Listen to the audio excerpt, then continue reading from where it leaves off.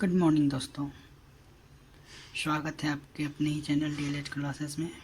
मैं आशा करता हूं कि आप लोगों की तैयारी जोर शोरों से चल रही है। इसी बीच में इंग्लिश की थ्योरी के क्लासेस में आगे आपको कराता हूं, जिसमें कि मैंने पिछली वीडियो में एडवर्ब तक सारे क्लियर करा दिया था और मैंने बहुत सारे एग्जाम्पल दिए थे और आपको खुद से करने के लिए बोला था। ऐसा करते हैं वो सारे वीडियो आप देखे होंगे और किए होंगे। अगर वो वीडियो अभी तक नहीं देखा है तो क्या करना है, सबसे पहले आपको चैनल के प्लेलिस्ट में जाना है और इंग्लिश वाले सेक्शन में जाना है। डीएलएड एग्ज़ाम करके इंग्लिश 2022 एक प्लेलिस्ट बना होगा, उसमें जाएंगे और उसके सारे वीडियो देखेंगे। उसके बाद ही इस वीडियो को आप देखेंगे। तो चलिए कंजंक्शन से शुरू करते हैं। कंजंक्शन क्या होता है? सिंपली जो words which joins two words और सेंटेंसेस। ये दो वर्ड्स भी हो सकते हैं और दो सेंटेंस भी हो सकते हैं। जैसे इसमें एक बेसिक रूल क्या होता है, इसका बेसिक रूल होता है यही कि ये जो होता है ना, ये ऑलवेज सेम थिंग्स को जोड़ता है। अगर मान लीजिए कंजंक्शन एंड है तो इसके पहले भी नाउन है होना चाहिए, इधर नाउन है तो कंजंक्शन के बाद भी हमारा नाउन ही होगा। अगर इधर मेन वर्ब है तो इधर भी मेन वर्ब भी होगा। यहाँ V4 है यानी V1 प्लस ing है तो कंजंक्शन के बाद भी हमारा क्या हो जाएगा, V1 प्लस ing ही होएगा, वरना कंजंक्शन क्या उसको जोड़ नहीं पाएगा। जैसे कि हम एक एग्जांपल देखते हैं।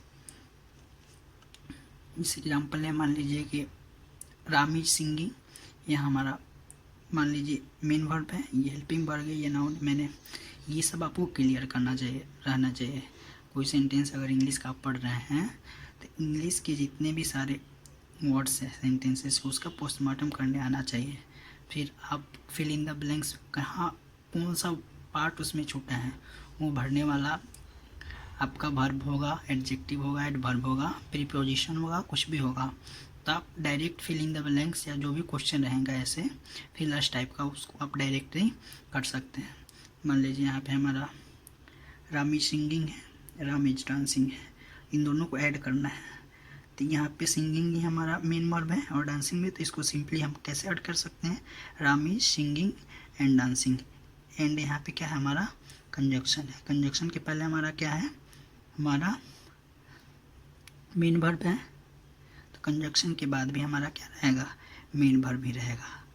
मान लीजिए अगर आपको फिल इन द ब्लैंक्स में क्वेश्चन आ जाए, Ram is singing dash dash, option में बहुत सारा रहे, मान लीजिए ए प्ले स्टे डांस और लास्ट में वॉकिंग रहे, तो आपको पता हो जाना चाहिए कि यहाँ पे अगर V1 प्लस ing है एंड के पहले, कंजंक्शन के पहले, तो ऑप्शन भी हमारा क्या हो जाएगा, वॉकिंग।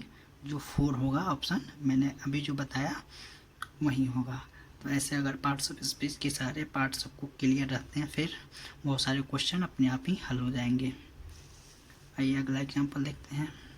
मान लीजिए यहाँ पे Ram is stupid and Ram is dancing, इन दोनों सेंटेंस को ऐड करना है। तो कैसे करेंगे, जैसे ये देखिए, मान लीजिए यहाँ पे स्टूपिड क्या है, ये हमारा राम के बारे में एक्स्ट्रा इन्फॉर्मेशन देता है। जो नाउन और प्रोनाउन के बारे में जो एक्स्ट्रा इन्फॉर्मेशन देता है वो क्या होता है, हमारा एडजेक्टिव। और इसको छोड़ा के सेंटेंस में जिस भी वर्ड्स का एक्स्ट्रा इन्फॉर्मेशन जो देता है उसको हम एडवर्ब बोलते हैं। तो यहाँ पे हमारा एक एडजेक्टिव है and Ram is dancing helping verb, और ये हमारा मेन वर्ब है।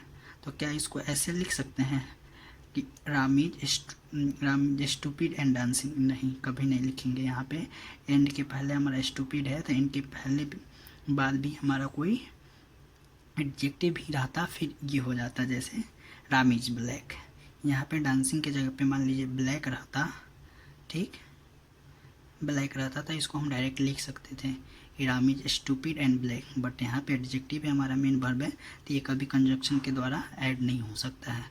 इसलिए अगर ऐड करके लिखना भी है तो हम बीच में लगा सकते हैं, बट दोनों सेंटेंसेस अलग रहेंगे।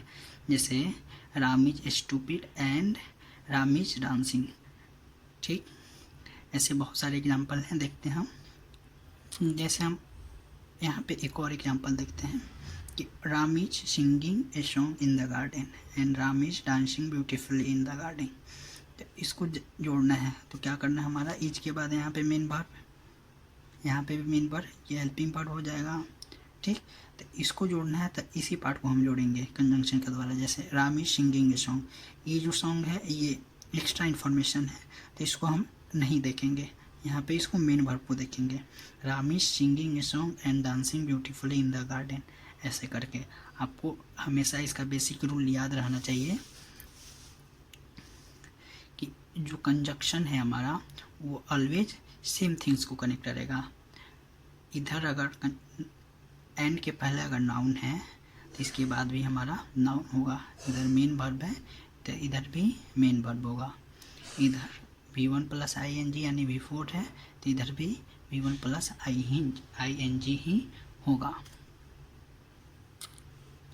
कंजंक्शन के बाद हम देखते हैं हमारा अगला पार्ट है पार्ट ऑफ स्पीच का प्रीपोजिशन। तो प्रीपोजिशन का सबसे पहले हम डेफिनेशन देखते हैं। Words which give relationship between two nouns और प्रोनाउंस।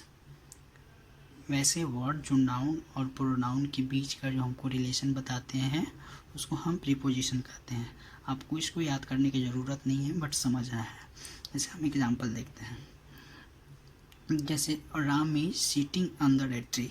ठीक, तो ये तो पोस्टमार्टम आपको करने आना चाहिए। नाउन हो जाएगा हमारा इज हेल्पिंग वर्ब, क्यों, क्योंकि यहाँ पे सिटिंग हमारा मेन वर्ब प्रेजेंट है। ये जो अंडर है, अंडर ये तो आर्टिकल हो जाएगा और ये ट्री नाउन हो जाएगा। ठीक, तो यहाँ पे जो अंडर है, ठीक, ये जो राम है ये नाउन है, ये भी नाउन है। ठीक, तो यहाँ पे डिफिनेशन में मैंने कहा बताया दो नाउन और प्रोनाउन के बीच का ये रिलेशन इस्टेब्लिश करता है। तो ये भी राम है, ये भी नाउन है, ये भी नाउन है। तो इन दोनों के बीच में मान लीजिए ये अंडर हटा दिया जाए तो क्या ये राम और ट्री के बीच में कोई रिलेशन आ रहा है? जैसे मान लीजिए Ram is sitting a tree, कुछ नहीं इसका मतलब हो रहा है, बट इसी के बीच में अगर हम अंडर ला देते हैं तो दोनों के बीच में एक रिलेशन इस्टेब्लिश हो गया है कि राम जो है वो कहाँ बैठ रहा है, ट्री के नीचे। तो ये हमारा क्या हो जाएगा, ये हमारा हो जाएगा प्रीपोजिशन हो जाएगा। तो आपको हमेशा याद रखना है जो प्रीपोजिशन होगा या तो वो दो नाउन के बीच में रिलेशन एस्टेब्लिश करेगा या प्रोनाउन के बीच में। एक होता आपने ये फ्रेजल वर्ब आपने सुना होगा। ठीक, फ्रेजल वर्ब बनते कैसे हैं? ठीक, जब भी वर्ब में प्रीपोजिशन हम ऐड कर देते हैं, जैसे मान लीजिए कॉल क्या हो जाएगा हमारा, एक वर्ब हो गया, उसके साथ on, cat is sitting on the table. तो यहाँ पे कैट और टेबल के बीच का रिलेशन कौन बताता है? ऑन। तो ऑन भी हमारा क्या है, एक प्रीपोजिशन है। ठीक, तो प्रीपोजिशन को हम वर्ब के साथ मिला दिए तो इसका मीनिंग ही बदल जाता है। जैसे मान लीजिए कॉल का अर्थ तो होता है, क्या होता है, बुलाना, बट वर्ब के साथ प्रीपोजिशन मिला दिए तो हमारा क्या हो जाएगा, मीनिंग चेंज हो जाएगा, मिलने जाना।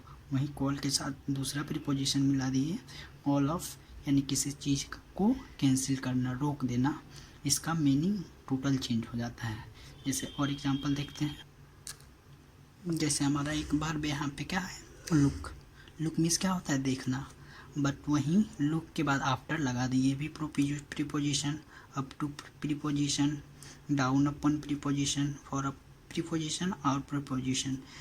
लुक वर्ब के साथ हम प्लस जैसे ही प्रीपोजिशन मिला दिए, लुक का मीन्स देखना, बट लुक प्लस आफ्टर है। लुक आफ्टर का मतलब देखभाल करना। Look up to, look down upon, look for and look out, search करना। यानी कि जैसे ही वर्ब के साथ प्रीपोजिशन मिला देते हैं तो उस वर्ब का मीनिंग ही हमारा चेंज हो जाता है। तो मैंने एडवर्ब बताने के समय मैंने एक डेफिनेशन दिया था कि पार्ट्स ऑफ स्पीच में ठीक, पार्ट्स ऑफ स्पीच में हमारा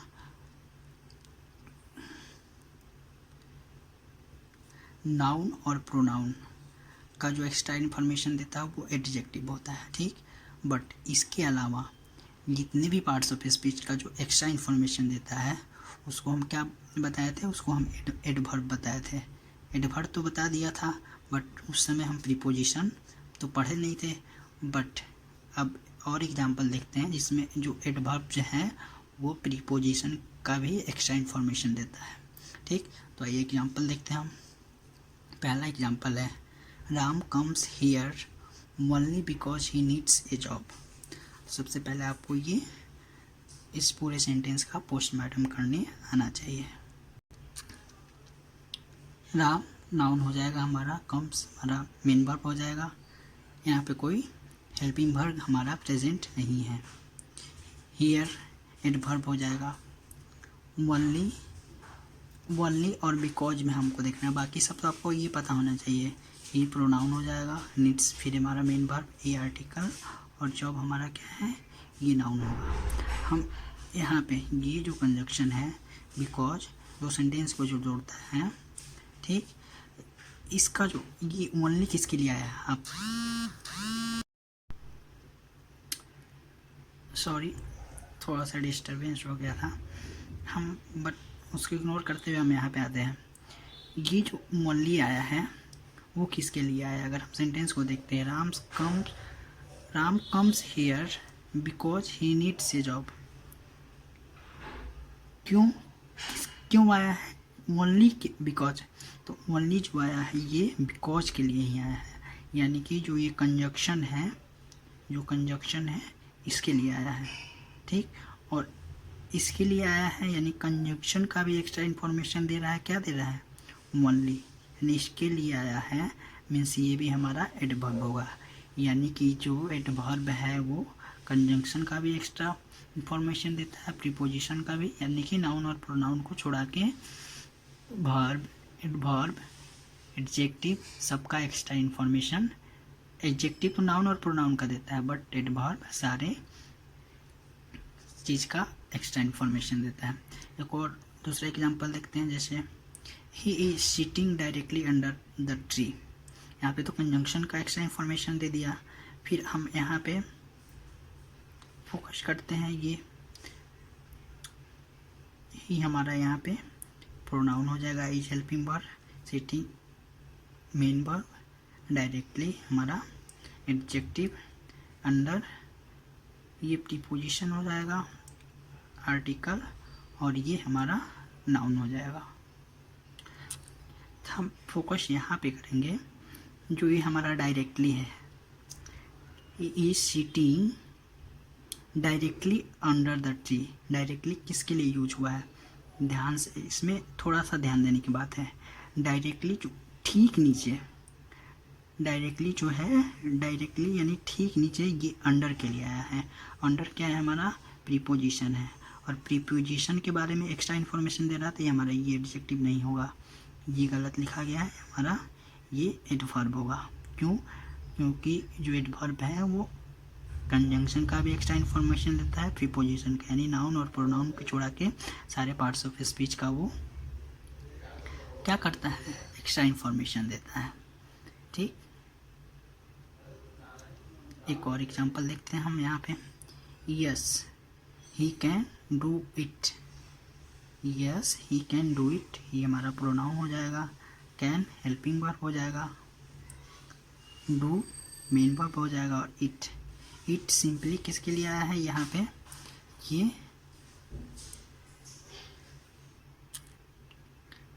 इट के लिए तो आया नहीं है, क्योंकि हमारा ये प्रोनाउन है। यस यानी कि कर सकता है, इसलिए ये यस आया है, यानी ये हेल्पिंग वर्ब हो या कुछ भी हो, नाउन और प्रोनाउन अगर नहीं है तो सब्जेक्ट सेंटेंस में जो भी रहे वर्ड उसका एक्स्ट्रा इन्फॉर्मेशन अगर देता है तो हमारा क्या होता है, एडवर्ब होता है। यानी कैन के लिए ये हमारा यस आया है। नो तो रहता था यहाँ पे क्या रहता है, no he can do it, means फिर भी वहाँ पे हमारा जो नो होता वो भी हमारा क्या होता, वो एडवर्ब ही होता। तो फाइनली क्या है, एडवर्ब जो है वो gives extra information about verb, adjective, adverb, preposition, conjunction, और सेंटेंस में जितने भी सारे क्या रहे। जैसे यहाँ पे हम फिर से देखते हैं, तो मैंने कैन के लिए यस का मतलब यूज बताया, इसके लिए हुआ है, बट अगर और गौर से देखते हैं, ही कैन डू इट यानी पूरे सेंटेंस के लिए यस आया है। समझ रहे हैं बात, ही कैन डू इट, यहाँ पे तो नो लगा ही नहीं सकते, यानी पूरे सेंटेंस के मतलब के लिए हमारा ये यस आया है, यानी कि ही कैन डू इट, इसलिए यहाँ पे यस आया है। No he can do it ये तो हो नहीं सकता, यहाँ पे नो भी आता तो भी हमारा क्या होता है, ये पूरे सेंटेंस का एक्स्ट्रा इन्फॉर्मेशन दे रहा है, इसलिए ये क्या हो जाएगा हमारा, ये भी एडवर्ब हो जाएगा। तो मैंने बता दिया कि जो एडवर्ब है वो वर्ब यानी कि जो नाउन और जो प्रोनाउन होता है सेंटेंसेस में, ठीक, इसके अलावा पूरी सेंटेंस से लेकर किसी भी पार्ट का एक्स्ट्रा इन्फॉर्मेशन जो होता है वो हमारा एडवर्ब देता है। आशा करते हैं इतना तक आपको बहुत अच्छी तरह से समझ में आई होगी। और पार्ट ऑफ स्पीच का एक और छोटा सा पार्ट है, उसको ही कवर ही कर लेते हैं। आइए देखते हैं। ये होता है हमारा इंटरजेक्शन, यानी विस्मयादि बोधक, जो जिसको हिंदी में बोलते हैं, ठीक। इससे ज़्यादा कुछ नहीं करना है, बस थोड़ा सा जान लेना है। Words which depicts surprise, exclamation, यानी जो भी हर्षोल्लास का जो चिन्ह होता है उसको हम इंटरजेक्शन के द्वारा क्या डिनोट करते हैं। जहाँ भी ऐसे एक्सक्लेमेटरी मार्क, ये एक्सक्लेमेशन वाला साइन दिख जाए वो समझ जाइए वो क्या होता है, हमारा इंटरजेक्शन होता है। जैसे इंग्लिश में वाह बोलते हैं, उड़ा बोलते हैं, अल्लास बोलते हैं, ठीक। बस आपको इंटरजेक्शन के बारे में इतना काफ़ी है, ठीक। और अगले टॉपिक में हम वर्ब जो है वो एडजेक्टिव की तरह कैसे काम करता है ये आपको बता दें, या फिर मैंने अभी तक जितना ये पार्ट्स ऑफ स्पीच का जो थ्योरी कराया है इससे रिलेटेड आपको क्वेश्चन करा दें। आप कमेंट सेक्शन में अपनी राय दें, जिसके पक्ष में ज़्यादा कमेंट आएगा या क्वेश्चन कराएं, या फिर जो वर्ब है वो एडजेक्टिव के रूप में कहाँ काम करता है, यानी थ्योरी को आगे बढ़ाएं या क्वेश्चन कराएं इससे रिलेटेड, आप कमेंट में बताइए। तब तक के लिए जय हिंद, बाय बाय।